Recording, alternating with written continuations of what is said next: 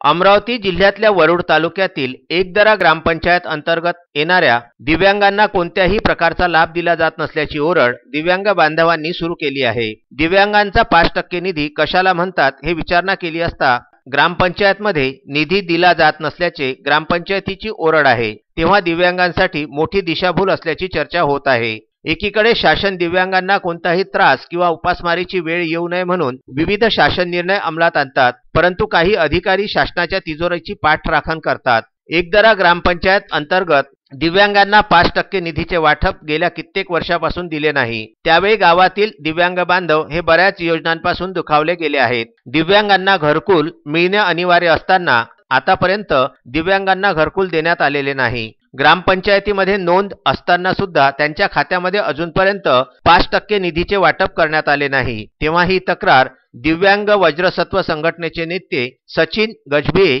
यांच्याकडे लेखी तक्रार करण्यात आली। दिव्यांग संघटनेचे सचिन गजभिये यांनी 15 दिवसाच्या आत दिव्यांगांच्या खात्यामधल्या खिशात गेलेला निधी जर जमा झाला नाही तर अपंग वज्रसत्व संघटनेच्या माध्यमातून दिव्यांग वंचित राहिल्याने तीव्र आंदोलन करण्यात येईल असा इशारा संघटनेच्या वतीने देण्यात आलेला आहे। वरुड तालुक्यातील एकदरा या गावातील दिव्यांग रामकृष्ण सातपुते, चंद्रपाल सिंह पवार, राजेंद्र बागडे यांनी ही तक्रार दिव्यांगांकरिता नेहमी तत्पर असलेले अपंग नेते सचिन गजभिये यांच्याकडे धाव घेऊन जिल्हाधिकारी यांना निवेदन देण्यात आलं। नमस्कार, माझं नाव राजेंद्र रामकृष्ण सातपुते आणि मी जन्मतः प्रवीण आहे। सध्या मी सुशिक्षित बेरोजगार आहे आणि जो आम्हाला अपंगांना ग्रामपंचायत कडून जो 5% निधी मिळतो त्याचा पहिला शासन निर्णय 2014 साली महाराष्ट्र शासनाने जाहीर केला। आम्हाला आजपर्यंत म्हणजे जवळपास 6 वर्षापासून हा निधी किंवा कुठलीही सरकारीची योजना आमच्यापर्यंत आजपर्यंत पोहोचलेली नाही आहे।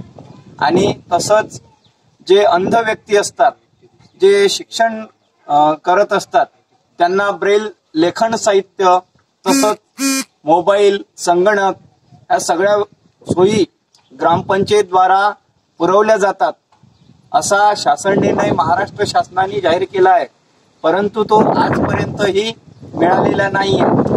Vidarbha news bureau, Amravati.